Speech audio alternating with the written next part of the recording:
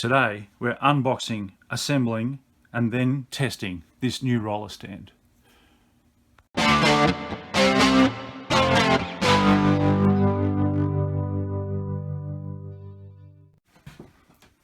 this morning we have an unboxing. This is a roller stand,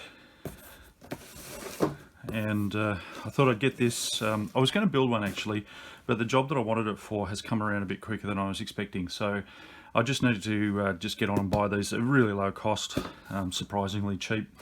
Probably will be telling. I hear that from other reviews of these that there's one component on this that may well be prone to failure, but it's something that I could easily sort out. So for price performance, I think it's going to be fine. Essentially, I've got some long boards to cut, a fair few of them to trim off, using the drop saw. And drop saw table is really good. It's got roller on either end, but this means I can have a 5 or 6 meter board extending right out way past the drop saw. So I just needed one roll stand, and it folds, so we should be right. Now this one, when I first got it, it was a pickup type situation, so I had to take the one rather than pick one off the shelf. And it looked like the box had been crunched or potentially previously opened. I was a bit worried about it, and this tape was a bit of normally a giveaway that something's been opened before. But actually, in hindsight, I've had a close look at it. It is the same tape. There's only one layer. It's the same tape. I think it's the factory taping, even though it was pretty untidy. But I've got this little piece on here because I did open the box, so it's not a genuine unboxing in that sense. But let's look inside. Not sure we need to go through any features here. It's a pretty basic tool. Roller on the top, a bit of adjustment, a bit of a locking screw here, and hopefully some legs that are stable enough. It's made of it's all steel, so we should be right just for a simple, quick job. So let's open it up and have a look inside. I was worried that it had been opened and maybe there might be parts missing. That can happen at the big hardware stores. But when I open this up, I find that everything looks like it's there, and all the parts look like they're in the little parts bag. It's not a sealed parts bag, but it's got a clip lock. So essentially, it's a little Meccano kit to put together. But I think this is going to do the job that I need it to do. I don't think I'll assemble it on camera. It's really simple. According to the operator's manual. Can you believe a roll stand's got an operator's manual? But essentially, I'll set this up and we'll use it out, and then I'll report back afterwards. So this is the ToughBuilt S200 Roller Stand. I believe that there are many other brands that are exactly the same product, painted different colours. I've seen a blue one from a different supplier, but I think they're basically the same. Okay, we've had a little bit of a look at the instructions, and I think this is going to go together reasonably well. So here we are with the main components. We'll just unpack these. This roller, there's no bearings in this, doesn't need to have bearings. It's quite nice, it's smooth, it's got a nice weight to it. So pretty happy with that. The wrapping can go down there. Now we've got 2 legs, 2 feet I mean. They both bolt up to the bottom of this assembly here. So I'm going to knock things around if I'm not careful. So let me just clear a path for things here. So this main leg here, take this top strut out, set that aside so we don't get that in the way. We'll assemble these bottom legs at the moment. The first one goes on here, making sure we put it on the right direction. Actually, it's a good point. So that looks like it goes that way. Let's move these out of the way as well, just sideways there. Here we go with our first. Oh, actually we can't assemble until we get our screws out. I will get a little parts tray.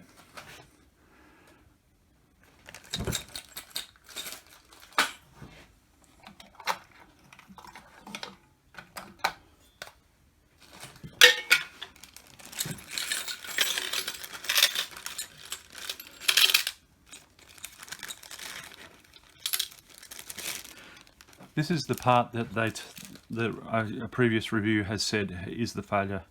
So when you're obviously when you're tightening this up, this plastic knob can come out. It's an M8 bolt, it looks like. So that one we just need to be aware of. Pretty easy thing to sort out if we have to, even if we reuse the same part and weld something, weld something simple on there as a handle, or if we get an alternate handle. Looks like we've got a washer for each of these. And do we have a nut for each of these? Do you know what? I'm going to use the instruction manual. This is one of the features of this product is the operator's manual. Now it does look like they want me to use the spring washer when I'm putting these legs on. So let's do that. I love this manual. The best thing I thought in this manual was the instructions on that they could show that you could lean it up against a wall. I thought that was really, really good tip, that you could actually fold it and lean it up against the wall. It's awesome. Great manual. Alright, let's stop playing around and get this thing together. So we'll set ourselves up with these. Spring washer, standard flat washer. And yes, this is sardines tin. I love these for small parts. Spring washer, then flat washer. Make sure our leg's going to go on the right way. Get that through the hole. And it looks like there's no burrs on, so I can screw that straight on. That's good. And the other one in. Goes through nicely. They actually supplied an Allen key for this. I'll only cinch this up lightly, finger tight, while I do this quick assembly. Then later on I'll come along and tighten them to what I think should be a good, nice and tight fit. I don't want to over tighten anything with this. I don't want to bend the tubes out of shape. Just nice and firm. Okay, that's that one. Here's its mate. Let's make sure we put this on the right way.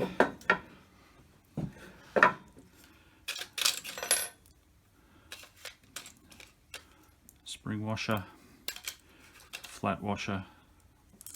It's just me, but I always put flat washers on a certain way. There's always because these are pressed out of steel, there's always a flat rounded off surface and a sharper edge surface. I always put that sharper edge surface away from the head of the bolt. Just a habit. Let's go here with the spring washer and flat washer. Put those to the side, don't want to bump those off. Well, these are in line, okay. Whereas these ones are offset on an angle, these ones are in line. Quickly screw the finger tight. Allen key.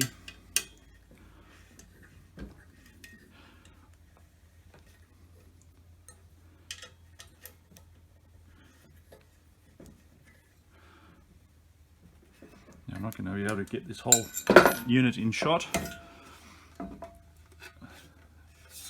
but essentially we'll be fitting that shaft through here. We'll fit that on there and we'll add this here. Not so far as it goes through just yet. It's a minor piece of surface rust in there. There's a minor piece of surface rust inside there. Not a big problem. Alright, let's wind that out. You know what I'm going to do? Is I'm just going to put a flat. I'm going to run this. I'm going to, because this is just a bolt, this has got this grippy shape. It's got a lip around there.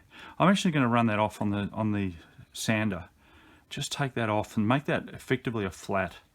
I think that's going to help us with not scratching up and wrecking it.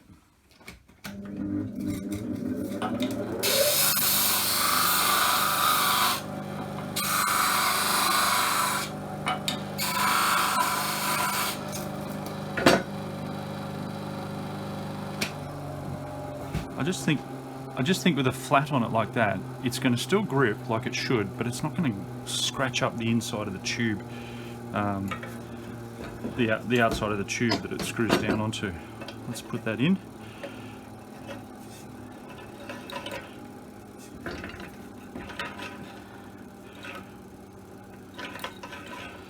going to do that. Yeah, I just like the feel of that a lot better.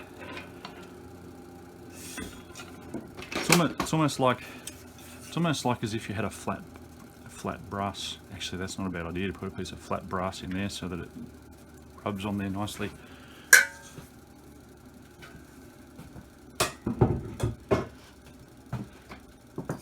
Okay, the next thing to pay attention to is putting the roller wheel on the 1-inch, looks like pretty thin 1-inch stock shaft here. And I figure this will dent over time, so that's a readily replaceable component if we need to have thicker sides. And that's the sort of thing that happens with these sort of products, is over time you upgrade them a little bit. I assume that goes in there. Which way around do they want us to have it? Do they want us to have it with the head showing, or do they want us to have it with the nut showing? They're showing heads. Come through there. There's no washer on there, so that's probably going to pull in over time. It's a nylock. So it's things like that where this, where these things lose out. If I made this would be a 1.6 at least, even a 2 mil if you could, even a 2 mil square if you could get it. Of course, it makes it physically heavier.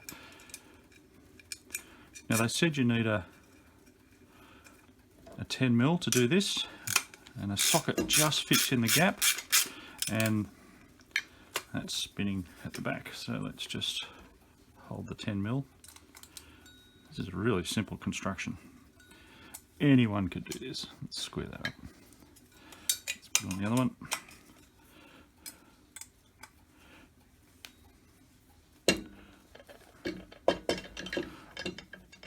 Don't need to over tighten, it's just got to hold it on.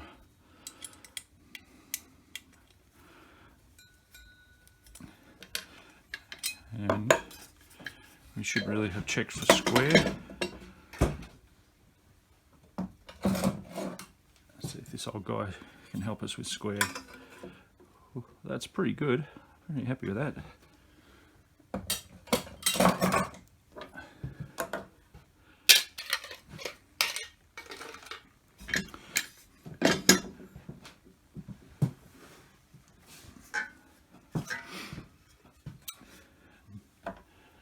Now, here comes the moment of truth, putting the two parts together. That goes down this shaft. And there is a fair bit of play there, so we could actually put a panel in there, a component in there. Alright, there's our ToughBuilt stand. Yeah, I don't want to over tighten that, it doesn't feel like it's going to over tighten. And that opens up nicely. Pretty happy with that. I'll take some outdoor shots with it. And let me just check the manual, because I'm going to stand it up against the wall next to me. So we need to check the manual to see whether I do that correctly. Okay, feet to the bottom, roller to the wall. Okay, so now I know how. I'll just stand up. In fact, I'll try it here. Yeah, good, that works. Alright, so here we go. We've got the circular saw here set up and on its stand, nice long piece, and there's the roller stand there, working beautifully. It's actually great. I just pick up a board, roll it over the top from the pile, roll it over the top of the stand and set it up. So it's quite sturdy on those legs. I was a bit surprised. It's looking good in action.